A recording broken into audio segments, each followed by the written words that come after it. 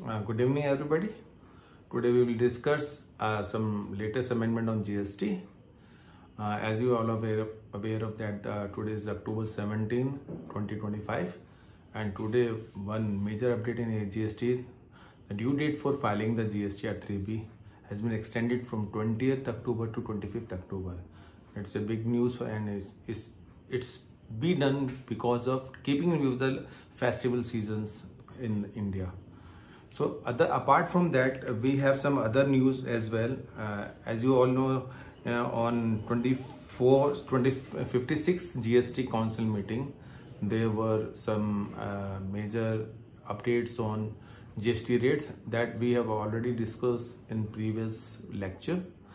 But today I will discuss some more changes and more updation relating to GST that are, सबसे पहले हम discuss करेंगे rationalisation के बारे में. I have already been discuss in the previous video.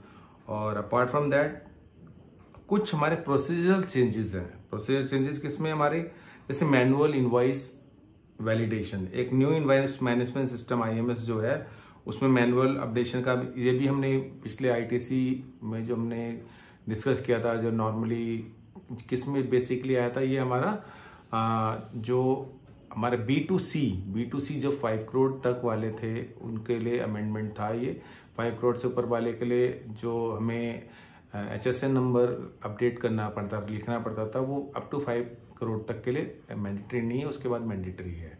एक ये मेजर चेंजेस था. और एक हमारा मेजर चेंज क्या आया था, एक GST फ्रॉड जो उत्तर प्रदेश में एक्सपोज हुआ था भदोनी में, जो 7 करोड़ GST फ्रॉड केस है, एक वो हुआ था. और एक बॉम्बे हाई कोर्ट का एक डिसीजन आया है कि उसमें किसमें रोका गया GST on mining lease royalty state by the Bombay high court. Bombay high court ने इस पे स्टे लगाया है.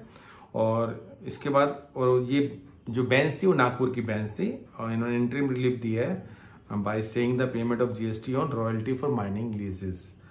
और इसके अलावा जो ऑपरेशनल GSTAT है, जो हमारा goods and service tax appellate tribunal है, is scheduled to become operational in 2025 with deadline set for accepting appeals and commencing in. एक लेटेस्ट न्यूज ये भी आया है.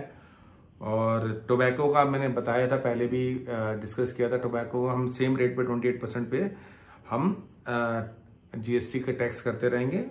और दूसरा इसके अलावा जो हमारा टाइम लिमिट जो फाइलिंग की है 3 years time bar is now in effect. मतलब जो टाइम बार लिमिट जो 3 years की थी वो इन इफेक्ट है, preventing the filing of past dues GST return older than 3 years.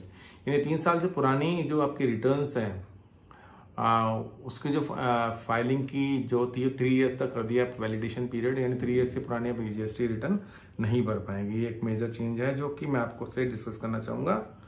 और जो मेन जो चेंज मैंने आपको बता ही दिया, मेन चेंज तो आपकी जैसे GST रिटर्न है जो that has been extended due date for filing the GST 3B return.